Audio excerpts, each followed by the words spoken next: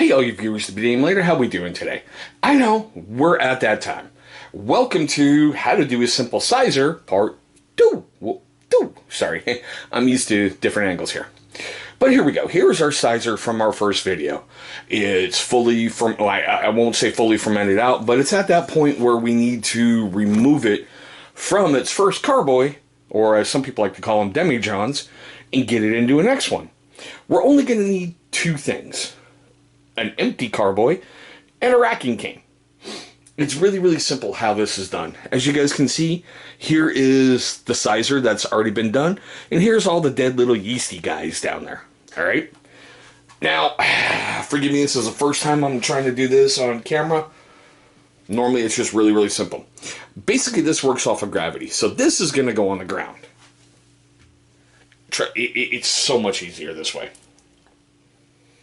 All right, you're good.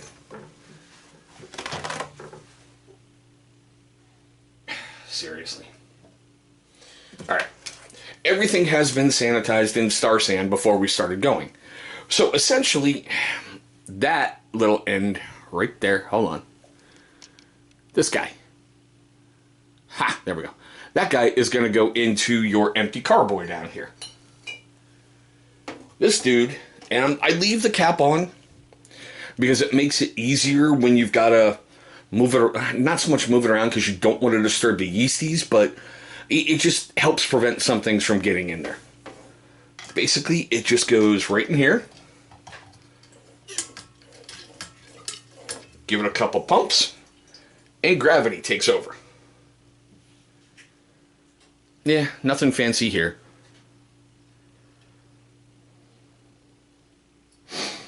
So I'm going to hit pause on this because seriously, this is the boring part, and we'll come back in just a moment.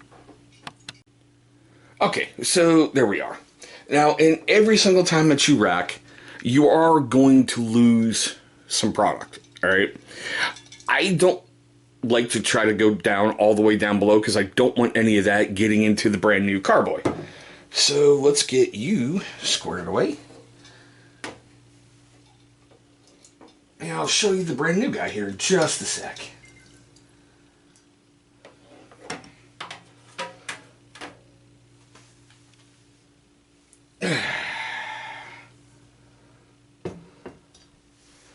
Now, I know. You're looking at that and you're going, hey, it really doesn't look like anything has changed.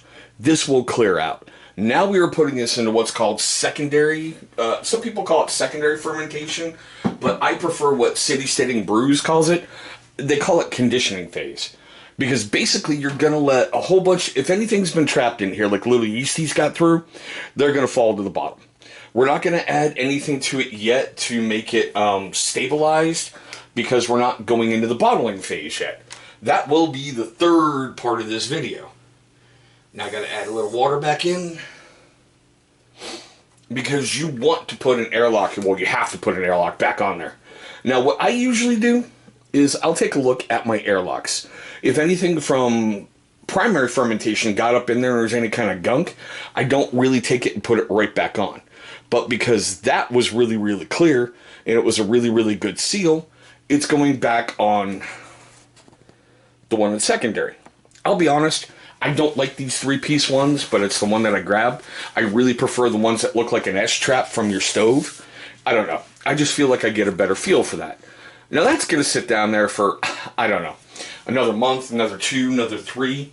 I really don't know. It's going to sit there for as long as I think it needs to, because I've done Cysers before, and they have really cleared out. So I'm going to let that one go for a while. Month, maybe 2 minimum. When we go to the bottling on this one, I'm going to show you some neat stuff, but there we go. That's the simple racking process to get it from your first into your second, and we'll be back to finish this guy up in a little bit. Now, if I made you laugh, made you cringe, made you cry, made you do anything during this video, please hit that big old thumbs up, so I'm going to help show love and support for the channel. Now, trust me, if you've got any questions on this, leave them down below. I would love to answer them because this is a pretty easy process to go through.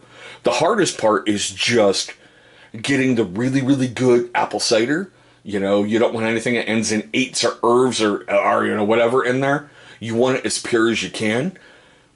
get good yeast, and be patient. But there we go, guys. Part 2 of how to make a simple Cyser. Thanks so much for watching. I hope all of you are having a great day, a safe day. I'll see all of you in our very next video.